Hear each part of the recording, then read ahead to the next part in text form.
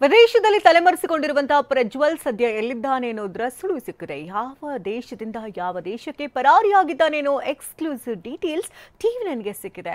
ಅಲ್ಲದೆ ಎಸ್ಐಟಿ ಪ್ರಜ್ವಲ್ ಶೋಧಕ್ಕೆ ಹೊಸ ತಂತ್ರದ ಮೊರೆ ಹೋಗ್ತಾ ಇದೆ.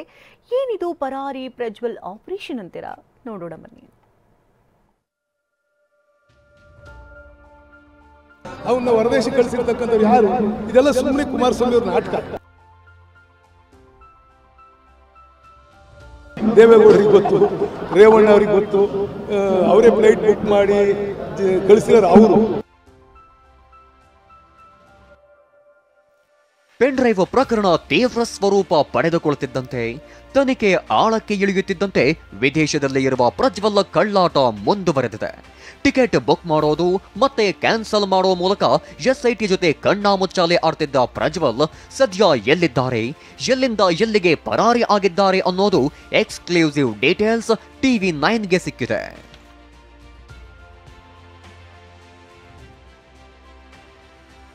ಅಪೂರ್ವ ರಮೇಶ್ ಸ್ಟ್ರೀಟ್ ಫುಡ್ ಬಿಸ್ನೆಸ್ ನಿಂದ ದಿನಕ್ಕೆ 11,000 ರೂಪಾಯಿ ಗಳಿಸ್ತಿದ್ದಾರೆ. ನೀವು ಕೂಡ ಅವರಿಂದ ಕಲಿಬೇಕಾ? ಅವ್ರ ಜೊತೆ ವಿಡಿಯೋ ಕಾಲ್ ನಲ್ಲಿ ಮಾತಾಡಬೇಕಾ? ಈಗಲೇ ಫ್ರೀಡಮ್ ಆಪ್ ಡೌನ್ಲೋಡ್ ಮಾಡಿ. ಪ್ರಜ್ವಲ್ ರೇವಣ್ಣ ಕೆಲ ದಿನಗಳ ಹಿಂದಷ್ಟೇ ಜರ್ಮನಿಯ ಮ್ಯೂನಿಚ್ ನಗರದಿಂದ ಟಿಕೆಟ್ ಬುಕ್ ಮಾಡಿದ್ರು. ಇದೀಗ ಜರ್ಮನಿಯಿಂದ ಲಂಡನ್ಗೆ ಪರಾರಿಯಾಗಿರೋ ಮಾಹಿತಿ ಸಿಕ್ಕಿದೆ. ಮ್ಯೂನಿಚ್ನಿಂದ ಟ್ರೈನ್ ಮೂಲಕ ಪ್ರಯಾಣ ಬೆಳೆಸಿರುವ ಸಾಧ್ಯತೆ ಇದೆ.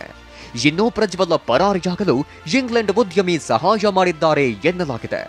ಭಾರತದ ಉದ್ಯಮಿಯೂ ಸಹ ಪ್ರಜ್ವಲ್ ಪ್ರಯಾಣದಲ್ಲಿ ಸಹಕಾರಿಯಾಗಿದ್ದಾರಂತೆ.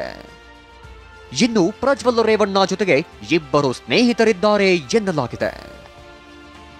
ವಿದೇಶದಲ್ಲಿ ತಲೆಮರೆಸಿಕೊಂಡಿರುವ ಪ್ರಜ್ವಲ್ ಕಳೆದ 15 ದಿನಗಳಿಂದ ಕುಟುಂಬದ ಸಂಪರ್ಕಕ್ಕೆ ಸಿಕ್ಕಿಲ್ಲ ಎನ್ನಲಾಗಿದೆ.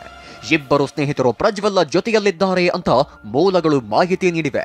ದುಬೈ ಮತ್ತು ಬೆಂಗಳೂರಿನ ಇಬ್ಬರು ಸ್ನೇಹಿತರು ಜೊತೆಗಿದ್ದಾರೆ. ಒಟ್ಟು 3 ಸದ್ಯ ಲಂಡನ್ನಲ್ಲಿ ತಂಗಿದ್ದಾರೆ.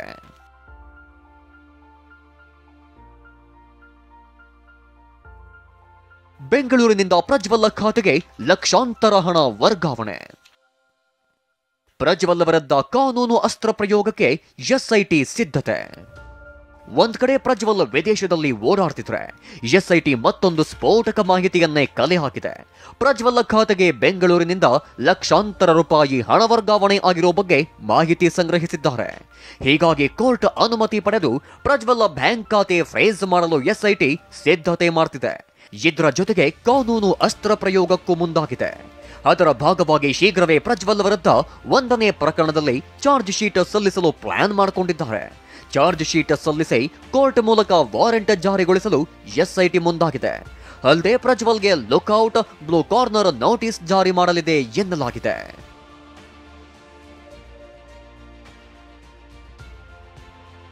ಈ ಮಧ್ಯೆ ಪ್ರಜ್ವಲ್ ವಿದೇಶದಲ್ಲಿರೋ ಬಗ್ಗೆ ಮಾತನಾಡಿರುವ ಗುಬ್ಬಿ ಶಾಸಕ ಶ್ರೀನಿವಾಸ್ ಅವರ ಕುಟುಂಬದವರೇ ಫ್ಲೈಟ್ ಬುಕ್ ಮಾಡಿ ಕಳುಹಿಸಿದ್ದಾರೆ. ಪ್ರಜ್ವಲ್ ಎಲ್ಲಿದ್ದಾನೆಂದು ಅವರಿಗೆ ಗೊತ್ತಿದೆ. ಇದೆಲ್ಲ ಕುಮಾರಸ್ವಾಮಿ ನಾಟಕ ಎಂದಿದ್ದಾರೆ. ನನಗೆ ಗೊತ್ತು, ಕುಮಾರಸ್ವಾಮಿಗೆ ಗೊತ್ತು, ಕಳಿಸಿದವರಿಗೆ ದೇವೇಗೌಡರಿಗೆ ಗೊತ್ತು, ರೇವಣ್ಣ ಅವ್ರಿಗೆ ಗೊತ್ತು, ಅವರೇ ಫ್ಲೈಟ್ ಬುಕ್ ಮಾಡಿ ಕಳಿಸಿರೋರು ಅವರು. ಅವನ್ನ ಹೊರದೇಶಕ್ಕೆ ಕಳಿಸಿರ್ತಕ್ಕಂಥವ್ರು ಯಾರು? ಇದೆಲ್ಲ ಸುಮ್ಮನೆ ಕುಮಾರಸ್ವಾಮಿ ಅವ್ರ ನಾಟಕ, ಸೃಷ್ಟಿ ಮಾಡಿರ್ತಕ್ಕಂಥ ನಾಟಕ. ಅತ್ತ ಹಾಸನದಲ್ಲಿ ಪ್ರಜ್ವಲ್ ಬಂಧನಕ್ಕೆ ಆಗ್ರಹಿಸಿ ವಿವಿಧ ಸಂಘಟನೆಗಳ ಸದಸ್ಯರು ಪ್ರೊಟೆಸ್ಟ್ ನಡೆಸಿದ್ರು. ಪ್ರಜ್ವಲ್ ಬಂಧನವಾಗಬೇಕು, ರಾಜತಾಂತ್ರಿಕ ಪಾಸ್ಪೋರ್ಟ್ ರದ್ದಾಗಬೇಕೆಂದು ಒತ್ತಾಯಿಸಿದ್ರು. ಇದಕ್ಕೂ ಮುನ್ನ ನಡೆದ ಪ್ರಮುಖರ ಸಭೆಯಲ್ಲಿ ಸಾಹಿತಿ ರೂಪಾ ಹಾಸನ್ ಪ್ರಜ್ವಲ್ ರೇವಣ್ಣರ ಅಶ್ಲೀಲ ವಿಡಿಯೋ ಪ್ರಕರಣ ಸುನಾಮಿ ರೀತಿ ಅಪ್ಪಳಿಸಿದೆ ಅಂತ ಆಕ್ರೋಶ ಹೊರಹಾಕಿದ್ರು. ಬೆಂಗಳೂರಿನಿಂದ ಶಿವಪ್ರಸಾದ್ ಜೊತೆ ಮಂಜುನಾಥ್, ಟಿವಿ9 ಹಾಸನ.